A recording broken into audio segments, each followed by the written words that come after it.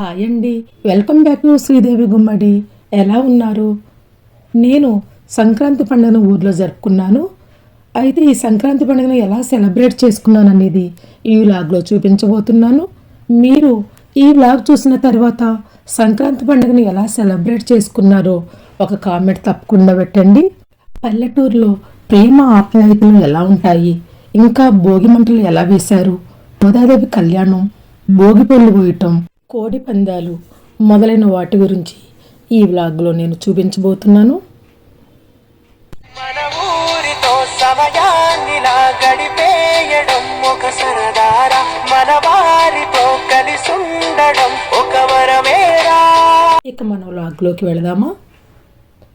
మన ఆచార సాంప్రదాయాలను ప్రతిబింబించే పండుగలలో సంక్రాంతి ఒకటి కదండి. అందుకే భోగి రోజు పొద్దునే 6ంటికే లేచి మా అన్నయ్య వాళ్ళు భోగి మంటలు వేశారు. ఊళ్ళో ఉన్న వాళ్ళందరూ వచ్చి చుట్టూ చేరి నాట్యం చేస్తున్నారు చూడండి. కమ్యూనిటీ గైడ్లైన్స్ వస్తాయనే ఉద్దేశంతో నేనే పాటలు పాడాను.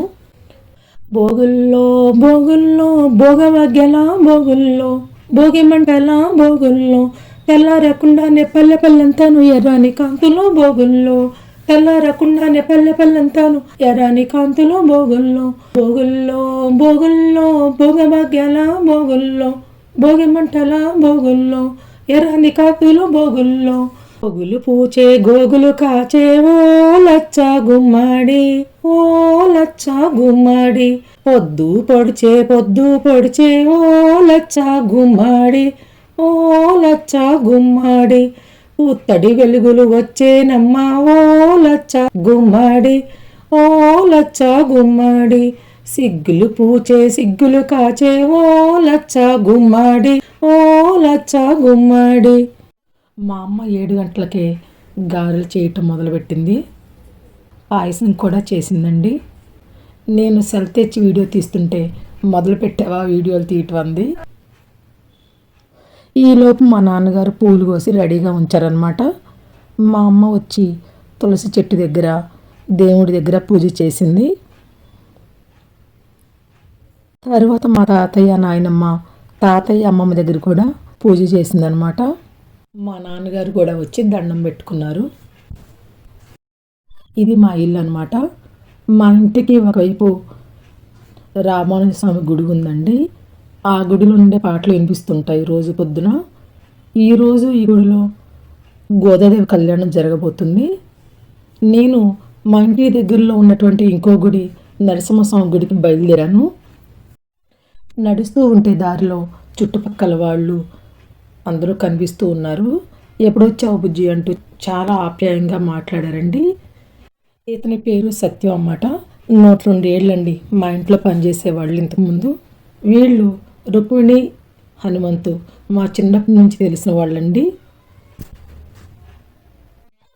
ఇతను మా పెద్దనాన్న, 92 సంవత్సరాలండి. కళ్ళజోడు లేకుండా మంచిగా పేపర్ చదువుకుంటాడనమాట.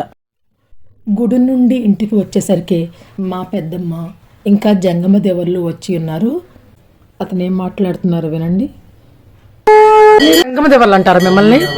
ఓకే, సంవత్సరానికి ఒకసారా? మా తాత ఊళ్ళు మా తాత పని అయిపోయింది, మేము తిరుగుతున్నాం.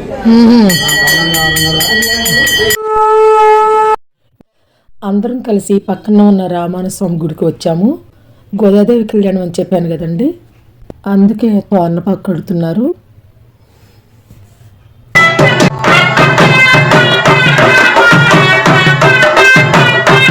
మా నాన్నగారు, బాబాయి, అన్నయ్య వాళ్ళందరూ కలిసి తోరణపాకు కడుతున్నారు.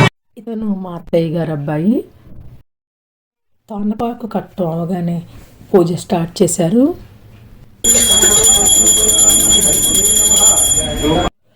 మా అన్నయ్య, వదిన, ఇంకా మా తమ్ముడు, మరదలు పీటల మీద కూర్చున్నారండి. పూజ అయ్యాక కళ్యాణం జరిపిస్తున్నారు.